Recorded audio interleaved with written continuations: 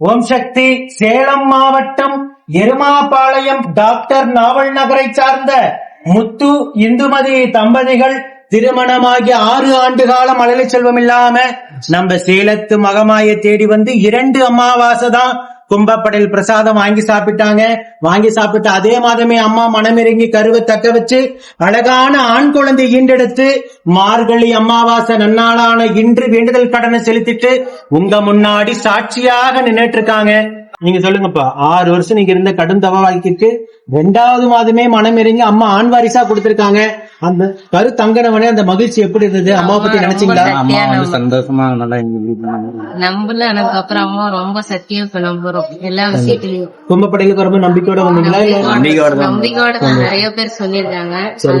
பகல வந்தோம், அதுல இருந்து நிறைய ஹாஸ்பிட்டல் பண்ணிருக்கோம். அதுக்கப்புறம் அம்மா தான் கொடுத்துருக்காங்க. சந்தோஷம். 2வது மாதமே கரு தங்கிருச்சு.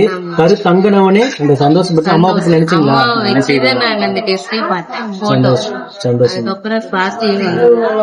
6 வருஷம் ஒவ்வொரு மாதம் எவ்வளவு வழி வேதனையோட இருந்திருப்பீங்க. சொந்த பந்தம் எல்லாரும் உங்களை கேள்வி கணையால தொடுத்திருப்பாங்க. ஒவ்வொரு மாதமும் எதிர்பார்த்திருந்தீங்க. 2வது மாதமே அம்மா மனமிறங்கி உங்க கண்ணீரை தொடச்சு வரம் கொடுத்திருக்காங்க. உயிருள்ள வரைக்கும் அம்மாவை மறக்காம இருந்தா அதுவே போதும்.